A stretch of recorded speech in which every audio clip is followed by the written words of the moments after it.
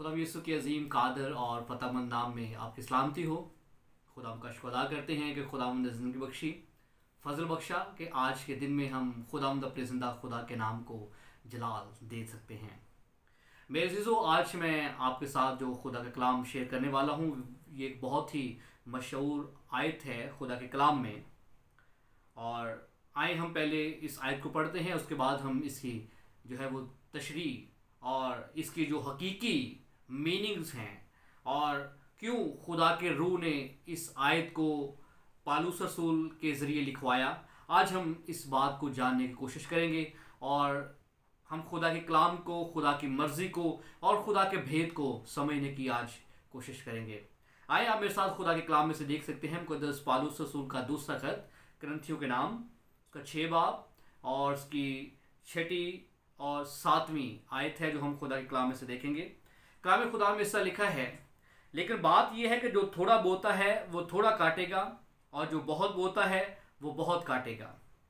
जिस कदर हर एक ने अपने दिल में ठहराया है उसी कदर दे, ना दरेक करके और ना लाचारी से, क्योंकि खुदा खुशी से देने वाले को अजीज़ रखता है। खुदा उनके अजीम कलाम पर उसकी बरकत हो। मेरे अजीज़ों, ये आयत हम चर्चेज़ में अक्सर सुनते हैं और ये आयत हमें ज़बानी भी याद है और इस आयत को हम अपनी रोज़मर्रा ज़िंदगी में भी अक्सर कोट करते रहते हैं। जब भी जिक्र आता है, ख़ासकर दैयकी का, कोई भी पासबान जब आपको कलाम सुनाता है दैयकी के बारे में, खुदा के कलाम में से जब आपको बताया जाता है, तो फिर हमें ये आयत, जब हमारा दिल नहीं करता दैयकी देने को, या जब हमारे दिल में जो है वो इस तरह के ख्याल आते हैं कि हम क्यों खुदा को पूरी दैयकी दें, हम कुछ उसमें से रख लेते हैं, इस तरह की जब हमारे अंदर सोच या ख्याल आते हैं तो हम इस आयत का बहुत ज़्यादा इस्तेमाल करते हैं। कौन सी आयत? खुदा खुशी से देने वाले को अजीज़ रखता है। बहुत दफ़ा हम इस आयत को जो है वो अपने फ़ायदे के लिए, अपने मफाद के लिए इस्तेमाल करते हैं और कोशिश ये करते हैं कि हमें दैयकी देनी ना पड़े।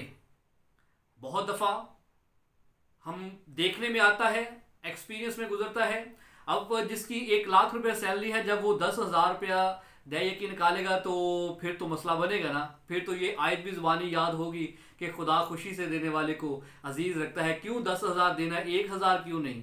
वो खुशी से दे रहे हैं। 2,000 क्यों नहीं? वो तो खुशी से दे रहे हैं। फिर हमें इस आयत जो है इसको हम बहुत ज़्यादा अपनी रोज़मर्रा ज़िंदगी में इस्तेमाल करते हैं। आए आज हम खुदा के कलाम में से देखते हैं सबसे पहले दैयकी, जिस पर हम इस आयत को लागू कर देते हैं कि नहीं जी, खुदा ने दैयकी जो है वो पुराने अहदनामा में डिमांड की है। नए अहदनामा में खुदा ने दैयकी डिमांड नहीं की, बल्कि नए अहदनामा में ये कहा गया है कि खुशी से देने वाले को खुदा अजीज़ रखता है। इससे पहले कि मैं आगे चलूं, मेरे अजीज़ों, मैं आपको एक बात क्लियर कर दूं कि खुदा जो एक असूल बनाता है, बाइबल मुकद्दस के अंदर जो रूल है, वो रूल कभी ख़त्म नहीं होता। वो असूल खुदा कभी भूलता नहीं है। खुदा चाहता है कि हम उस रूल या उस असूल के मुताबिक अमल करें। लिहाजा दैयकी का भी एक खुदा ने हमें एक पैमाना दिया है, हमें एक जो है वो हुक्म दिया है कि हमने वो अदा करनी है। आइए हम पहले पुराने अहदनामा में देखते हैं, जिसको हम अक्सर कहते हैं कि दैयकी जब भी बात आती है और जब फिर हमारा दिल नहीं करता, हम जो है वो दैयकी देना नहीं चाहते, तो फिर हम इस आयत को कोड करते हैं कि ये तो पुराने अहदनामा में है। यकीनन खुदा ने पुराने अहदनामा से दैयकी का आगाज़ किया था। आप मेरे साथ देख सकते हैं मुलाकी नबी का सहीफ़ा 3 बाब और उसकी 10 आयत है, और ये आयत जो है वो सबको याद होगी खुदा के कलाम में। यहाँ पर लिखा है 3 बाब 10 आयत में, मुलाकी नबी का सहीफ़ा 3 बाब 10 आयत, पूरी दैयकी ज़ख़ीरा खाना में लाओ ताकि मेरे घर में खुराक हो और इसी से मेरा इम्तिहान करो। रब लो फाज फरमाता है कि मैं तुम पर आसमान के दरीचों को खोलकर बरकत बरसाता हूँ कि नहीं, यहाँ तक कि तुम्हारे पास उसके लिए जगह ना रहे। यहाँ पर खुदा के कलाम में दैयकी का हमें एक हुक्म मिलता है। हालांकि इससे पहले भी बहुत सारे अहकाम हैं जहाँ पर खुदा ने दया-यकी का आगाज़ किया और कहा गया कि दया-यकी जो है वो आपने देनी है। लेकिन मैं पुराने अहदनामा की इस आयत को ले रहा हूँ जिसमें खुदा फरमाता है कि पूरी दया-यकी ज़ख़ीरा खाना में लाओ। अब क्वेश्चन ये है कि बहुत सारे लोग कहते हैं कि हम दया-यकी दें कहाँ पे। आज तक हमें यही समझ नहीं आई।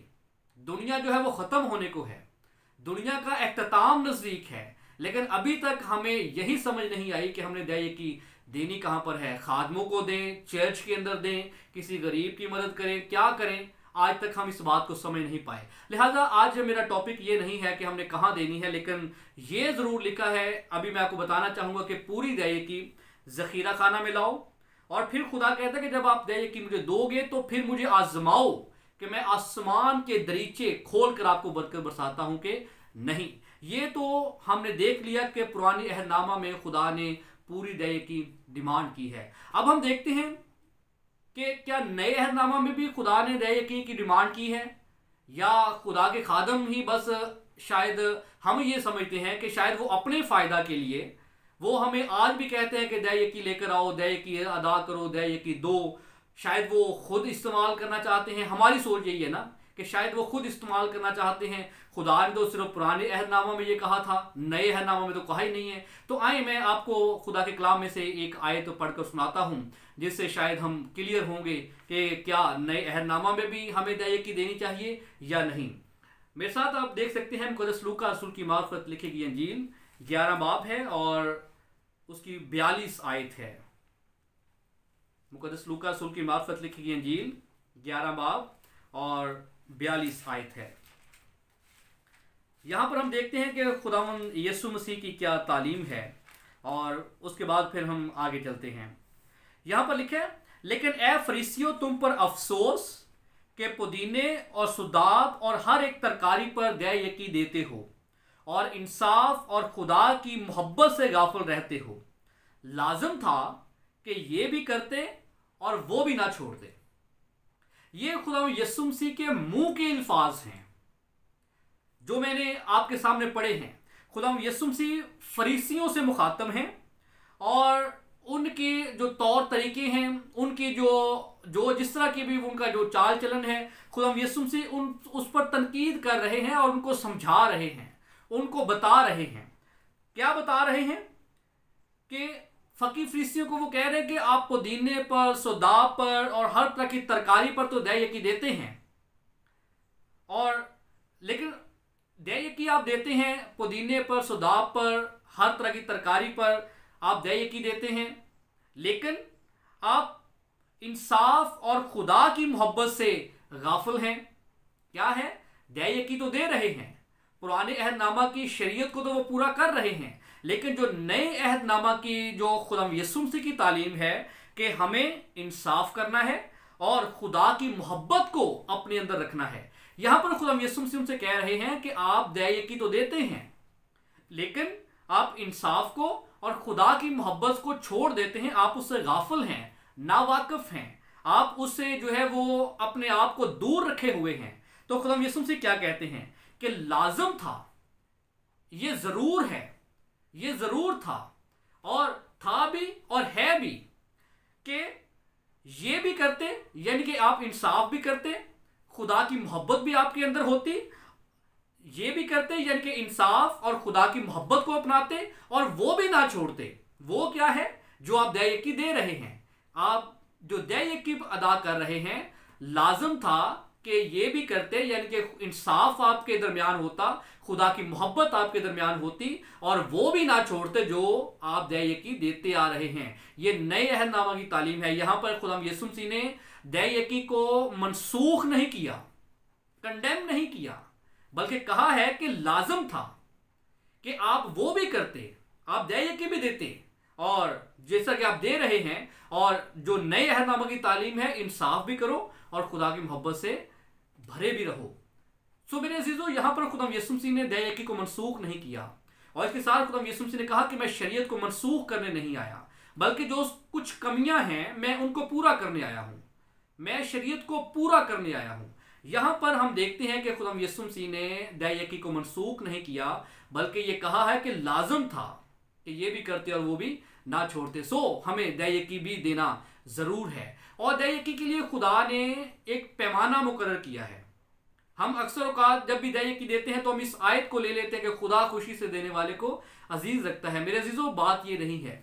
दया यकी अलग है, जो खुदा ने एक स्केल दिया है, एक पैमाना दे दिया है, फिक्स कर दिया है। कितनी दया यकी? 10%। अपनी इनकम का जो है वो 10वां हिस्सा हमने खुदा के घर में देना है। अगर आपकी जो इनकम है वो 10,000 है तो 1,000 रुपया आपने खुदा को देना है। ये खुदा ने दया यकी के लिए पैमाना फिक्स कर दिया है, मखसूस कर दिया है। इसमें आपकी मर्जी नहीं चलनी, दया यकी में आपकी मर्जी नहीं चलनी, बल्कि आपने जितना खुदा ने कहा है 10% आपने वो देना है। इसमें और कोई कंप्रोमाइज नहीं है, कोई दूसरी तीसरी या चौथी बात नहीं है। ये क्लियर हो गया कि दया यकी नए अहदनामा में भी हमने देनी है और पुराने अहदनामा में भी जैसे लोग दे रहे थे, आज हमने अभी भी इस दौर में भी, फजल के दौर में भी दया यकी अदा करनी है। फिर खुदा आसमान के दरीचों को खोलकर बरकत बरसाता है। आए अब हम आते हैं इस आयत पर। ये आयत जो है ये कि खुदा खुशी से देने वाले को अजीज रखता है, इस आयत का अतलाक जो है दया यकी पर नहीं होता, बल्कि ये जो आयत है ये हदिये से मंसूब है। हदिया वो है जो हम अपनी खुशी से, अपनी दिल में जितना भी हम ठहराते हैं या जो भी हम देना चाहते हैं, किसी भी वक्त किसी भी टाइम पर जब हम कोई हदिया देते हैं, वो हमारा जो हदिया है हम अपनी खुशी से उसको अदा करते हैं। उसके बारे में यहां पर बताया गया कि खुदा खुशी से देने वाले को अजीज रखता है।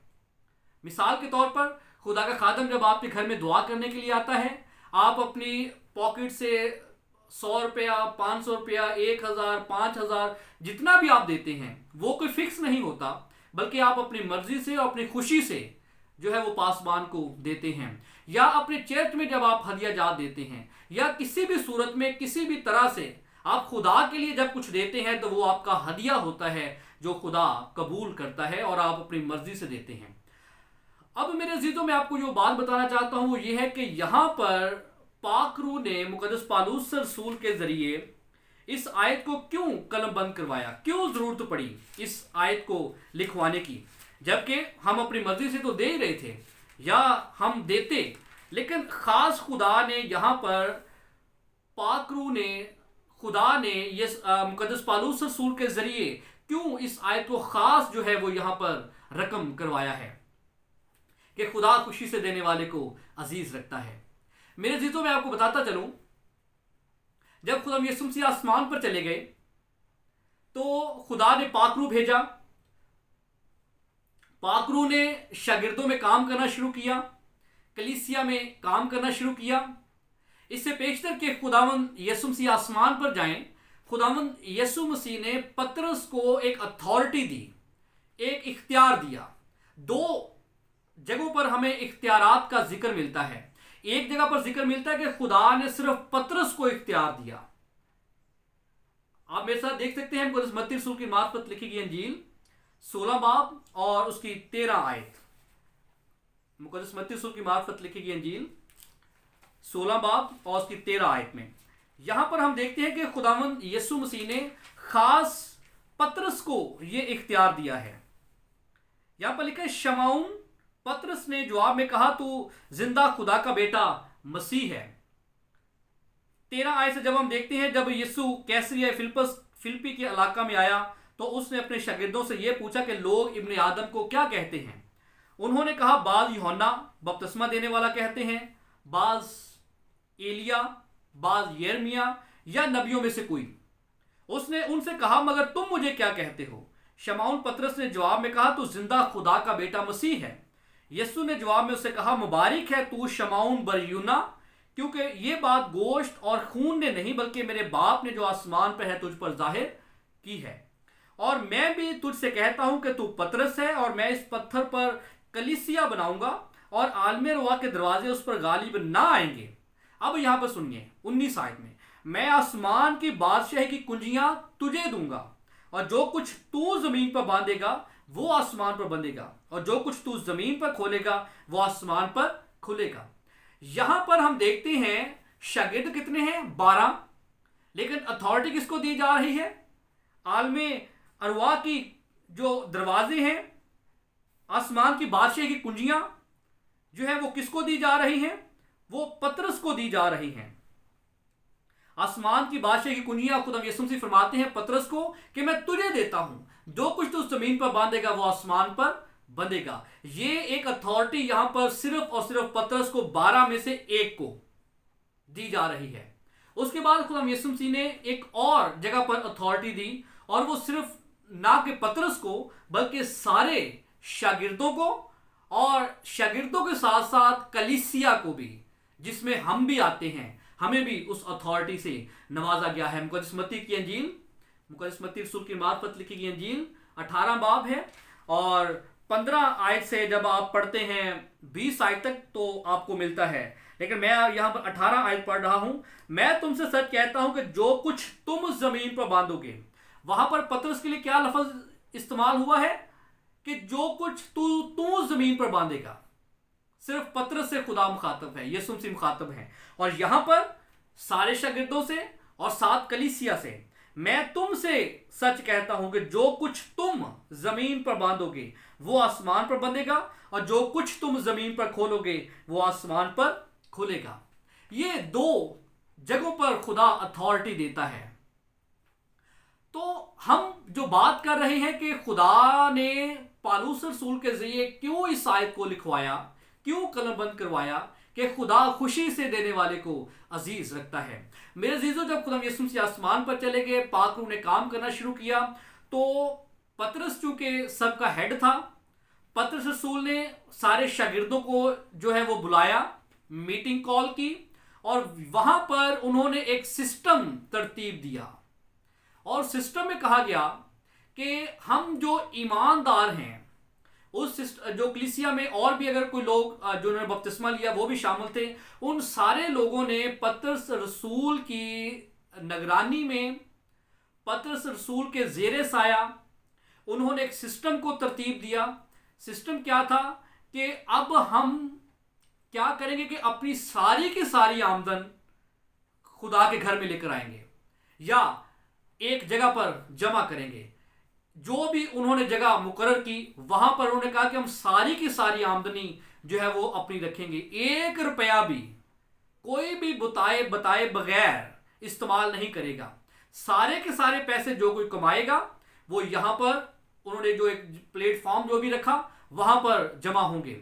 उसके बाद उन्होंने कहा कि जो आपकी प्रॉपर्टी है, आपके नाम पर जो जो भी कुछ है, जो जो भी आप अपने मालो मता को रखते हैं, वो भी अब आपका नहीं है, वो भी इसी जगह पर आएगा। सब कुछ पतरस रसूल, सारे रसूलों और जितने भी और लोग थे, उन्होंने ये सिस्टम बना लिया कि अब हर एक की जायदाद उसकी नहीं है, मुश्तरका है। आमदनी हर एक की अलग अलग नहीं है, मुश्तरका है। सब कुछ एक जगह पर जमा होगा, और फिर जिसकी जितनी जरूरत होगी उसकी उस जरूरत के मुताबिक हर एक को जो है वो हम यहां से उसको पैसे दिया करेंगे, या उसको प्रॉपर्टी देंगे, या उसकी जो भी जरूरियात होंगी, इसी एक जगह से पैसा निकलेगा और सबकी जरूरियात जो है वो पूरी होंगी। अब खुदावंद यीशु मसीह ने या यहोवा खुदा ने तो एक सिस्टम दिया था दया यकी का कि सिर्फ 10वां हिस्सा खुदा ने मांगा, और यहां पर शागिर्दों ने जो है वो जो सिस्टम तरतीब दिया, उन्होंने सारे का सारा 100% खुदा को देने का अहद कर लिया। जब उन्होंने ये अहद कर लिया तो खुदा के कलाम में अभी हमने पढ़ा है कि जो कुछ तुम जमीन पर बांधोगे वो आसमान पर बंध जाएगा। अब जब उन्होंने एका कर लिया, उन्होंने ये सिस्टम बना लिया कि अब हम इस सिस्टम के अंदर रहेंगे और इस सिस्टम के मुताबिक जिंदगी जो है वो बसर करेंगे, तो पाक रूह ने उस सिस्टम के मुताबिक काम करना शुरू किया। अब खुदा चाहे तो खुदा इंसान से 100% भी डिमांड कर सकता है, लेकिन खुदा ने नहीं किया, क्योंकि खुदा जानता है कि इस 10% के वसीला से मैं इसके 90% में जो है वो बरकत डालूंगा। 100% खुदा ने डिमांड नहीं किया, लेकिन शागिर्दों ने जो है वो 100% खुदा को देने की कोशिश वहां पर की। लेकिन जब उन्होंने ये कोशिश की तो ना चाहते हुए, ना जानते हुए, वो शरीयत का जो पीछे हम असूल पढ़ते हैं कि खुदा ने 10% डिमांड किया और यहां पर उन्होंने 100% जो है वो खुदा के साथ कमिट कर लिया, तो वो ना जानते हुए एक बहुत बड़ी मुसीबत के अंदर फंस गए, एक बहुत बड़े प्रॉब्लम्स के अंदर चले गए। प्रॉब्लम क्या थी? आए आप एक हवाला देखें,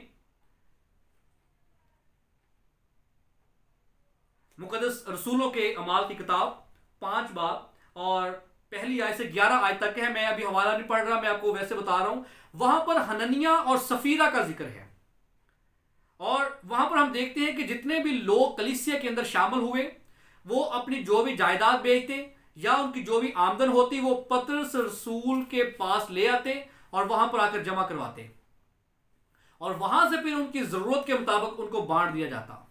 यहां पर फिर हमें उसी चैप्टर में एक जिक्र मिलता है हननिया और सफीरा का। वो अपनी जायदाद बेचते हैं और वो कुछ पैसे जो है वो रख लेते हैं और बाकी पैसे पतरस रसूल के पास ले जाते हैं।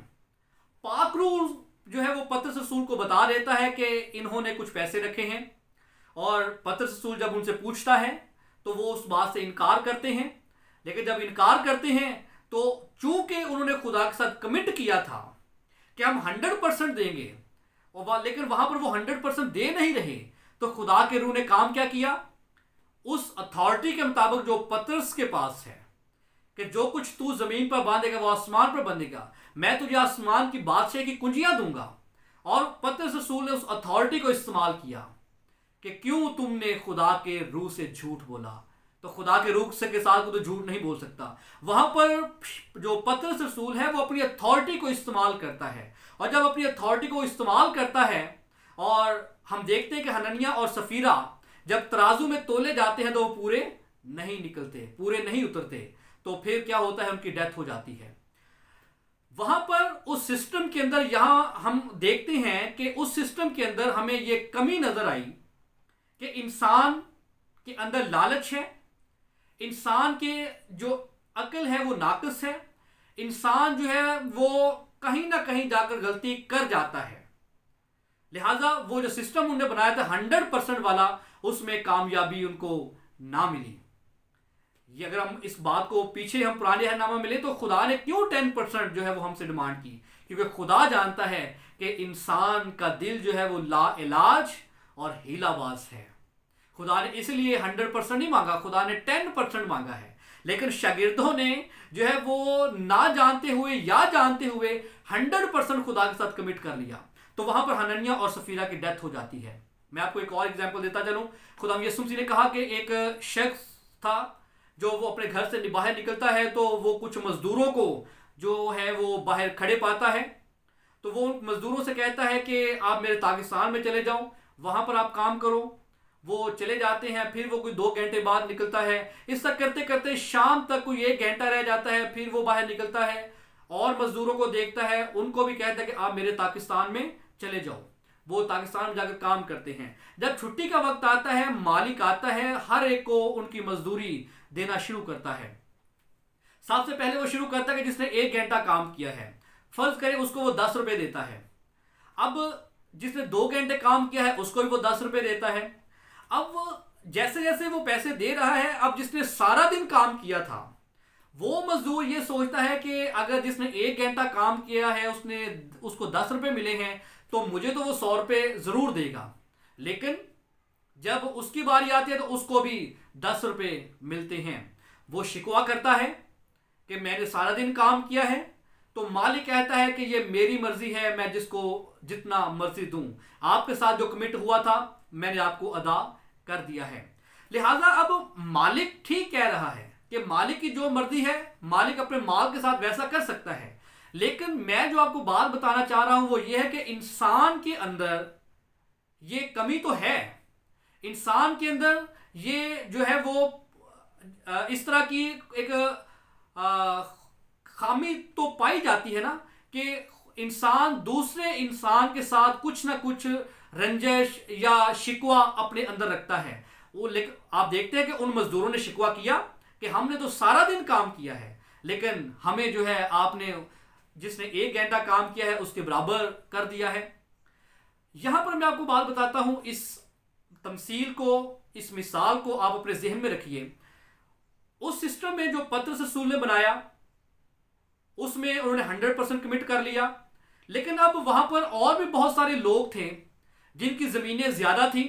जब वो बेचते थे, फर्ज करें जिसकी जमीन की कीमत जो है वो 10 लाख है, जब वो बेच कर आता था वो 10 लाख रुपए वहां पर पतरस रसूल के पास ले आता था सारे के सारे।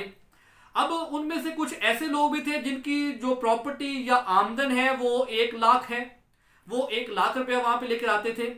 अब जिस बंदे ने 10 लाख रुपया दिया है, क्या वो ये समझेगा कि मेरे बाकी जो मेरे 10 लाख में से उस शख्स को भी मिले जिसकी आमदन 1 लाख रुपया है? मैं तो 10 लाख दिया है, उसने 1 लाख दिया है। हो सकता है कि उनमें और हो जिन्होंने 50,000 रुपया दिया हो सकता है कि उसमें कुछ और भी हो जिन्होंने 10,000 रुपया दिया हो। इस तरह से कलीसिया के अंदर भी इंसान चूंकि नाक़िस सोच रखता है ना, इंसान के अंदर ये प्रॉब्लम पाई जाती है, तो उन्होंने शिकवा करना शुरू किया कि हमने तो 10 लाख दिया है, उसने 5 लाख क्यों दिया, उसने 3 लाख क्यों दिया। लिहाजा इस तरह से ये सिस्टम जो पतरस रसूल और बाकी रसूलों ने बनाया था ये कमजोर पड़ना शुरू हुआ, इसके अंदर प्रॉब्लम्स आना शुरू हुई। अब यहां पर आकर लोग जो थे उस कलीसिया में जो शामिल हो रहे थे उनके लिए भी मुश्किल हो रही थी। उस सारे माहौल के अंदर लोग जो थे वो 2 तरह से बट गए। पहले लोग वो थे जो कहते थे कि हमने जो कमिट किया है हमने वो सारे का सारा ही अदा करना है, इसमें कोई 2 राय नहीं है। दूसरा ग्रोह वो बना जिसने कहा कि मैं अपना पैसा दूसरे के लिए क्यों दूं, मैं तो नहीं देना चाहता, जिसने मैं 10 लाख क्यों दूं जबकि दूसरा जो है वो 1 लाख रुपया दे रहा है। इस तरह से 2 ग्रुप जो थे वो बन गए। ऐसा ऐसा जिंदगी गुजर रही है, लेकिन ये 2 ग्रुप भी बढ़ते जा रहे हैं, प्रॉब्लम्स आ रही हैं, मसाइल खड़े हो रहे हैं। अब शागिर्दों ने सिस्टम तो बना लिया था, अब उनको समझ नहीं आ रही थी कि अब हम करें तो करें क्या, क्योंकि उनको पता चला कि ये तो बड़ी मुश्किल में हम फंस गए हैं इस हमारे सिस्टम बनाए हुए की वजह से। याद रखिएगा ये जो सिस्टम पतरस रसूल और बाकी शागिर्दों ने बनाया था ये खुदा ने सिस्टम नहीं दिया था, ना ही पाकलों ने सिस्टम दिया था।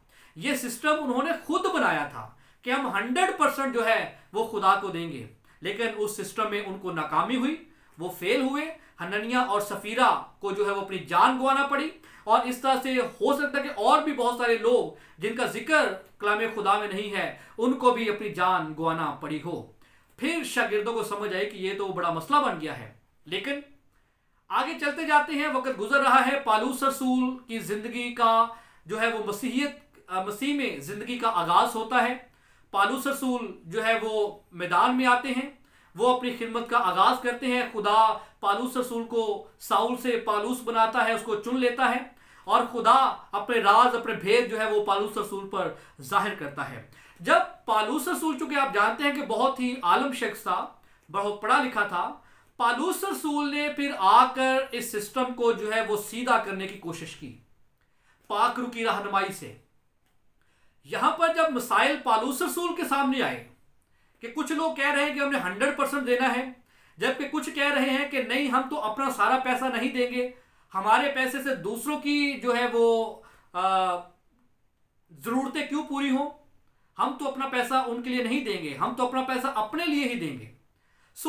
इस तरह की मसाइल जब पालूस रसूल के सामने आए, और पालूस रसूल ने जब देखा कि ये जो मसाइल हैं ये तो बढ़ रहे हैं, इनसे कलीसिया की तो तरक्की नहीं हो रही, बल्कि कलीसिया जो है वो 2 ग्रुप्स के अंदर तकसीम हो गई है, तो फिर पालूस रसूल पाक रूह की रहनुमाई से कलीसिया को, ये जो करंथस की कलीसिया है उनको ये लिखता है कि खुदा खुशी से देने वाले को अजीज रखता है।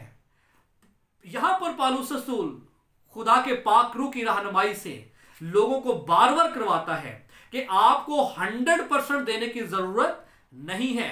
अगर आपके अंदर कोई शिकवा है, अगर आपके अंदर कोई शिकायत है, अगर आपके अंदर कोई लालच है, जो भी कुछ है, आप 100% नहीं देना चाहते, ना दें, लेकिन एक बात याद रखें कि खुदा खुशी से देने वाले को अजीज रखता है। देखें, वहां पर दे तो लोग मजबूरी से रहे थे, लेकिन उस मजबूरी के अंदर उनकी खुशी नहीं थी, उनकी शादमानी नहीं थी।